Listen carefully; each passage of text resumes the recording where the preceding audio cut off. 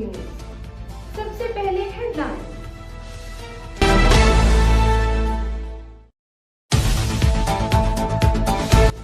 Heat wave ने Europe के कई मुल्कों को लपेट में ले लिया। मुताबिक मकामात पर दर्जा हरारत 40 डिग्री को छू गया।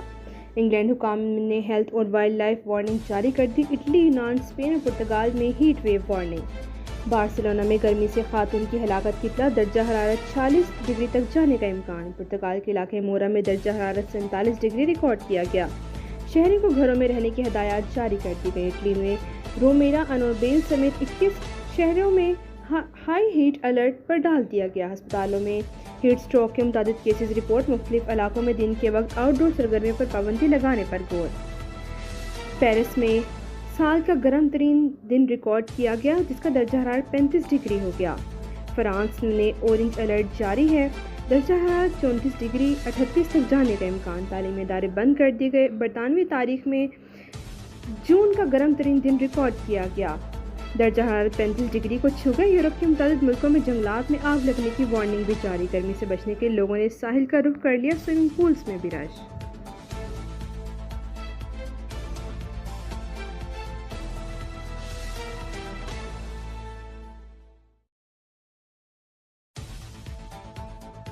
इंडिया जो है वो इनकार करेगा।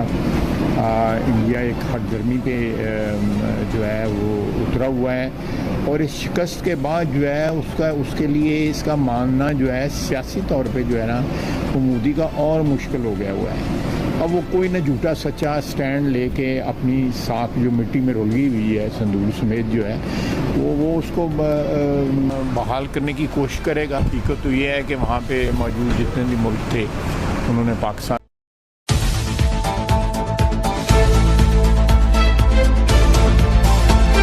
पाक भारत जंग के बाद मोदी की सियासत के दिन गिने जा चुके हैं। झूठे बयान से इज्जत बचाना चाह रहा है। शंघाई ताउन तंजीम के इजलास में भारत को अपनी बात मनवाने का मौका नहीं मिला। पाकिस्तान का मौक़िफ़ दुरुस्त था, जिसको मान लिया गया। वज़ीर दिफ़ा ख्वाजा आसिफ की गुफ्तगू। सालिसी अदालत से फैसला आने के बाद ये वाज़ेह है कि पाकिस्तानी भारत कोई भी ऐसा फैसला नहीं कर सकता जिससे सिंतास मुआहदे की बुनियाद पर असर पड़े।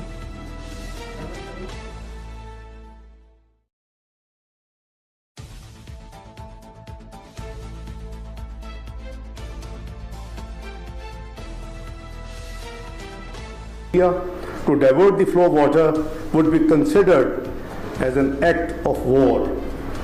Pakistan will not allow India to hold its 240 million people hostage to hydro-terrorism. The outcome of this 4-day war has once again underscored the reality that India can neither intimidate nor coerce Pakistan. New Delhi must therefore rethink its present holistic and misguided policies that threaten peace and undermine security.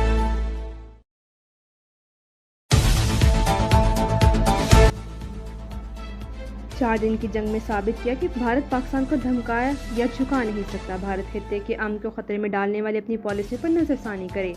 नायब वज़ीर आज़म इसहाक डार की मोदी हुकूमत को पैगाम। इस्लामाबाद में तकरीब से खिताब में कहा कि भारत दहशतगर्दी करके 24 करोड़ पाकिस्तानी को यरगमाल बनाना चाहता है। पाकिस्तान पर वो मुसल्लत नहीं हो सकता। एक तरफा तौर पर सिंतास मायदा मुअत्तल नहीं किया जा सकता। जंग बंदी के बाद इलाकाई सलामती सूरत हाल को नॉर्मल करने के लिए इत्तेमाद साजी की ज़रूरत है। हम एक बाइज़्ज़त और बावकार रंग के ख्वाहां हैं। ईरान के जोहरी मसले का हल बातचीत से निकालने पर जोर। मजीद कहा कि अबूरी अफगान हुकूमत यकीनी बनाए कि इनकी सरजमीन को दहशतगर्दी के लिए ना इस्तेमाल किया जाए।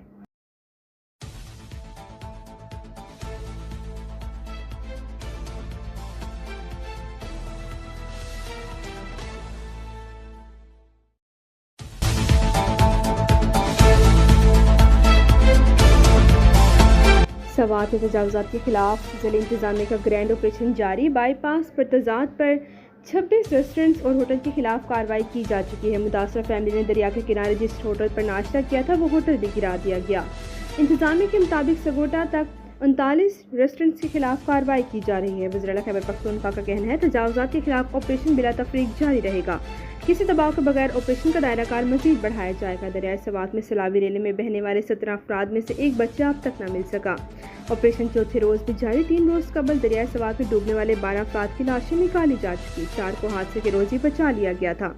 दूसरी जानब चीफ सेक्रेटरी खैबर पख्तूनख्वा के ज़ेर सदारत इजलास में रेस्क्यू को नए ड्रोन्स और जदीद आला कार से लेस करने मुकामी अफराद को इमरजेंसी रिस्पांस की तरबियत देने का फैसला किया गया।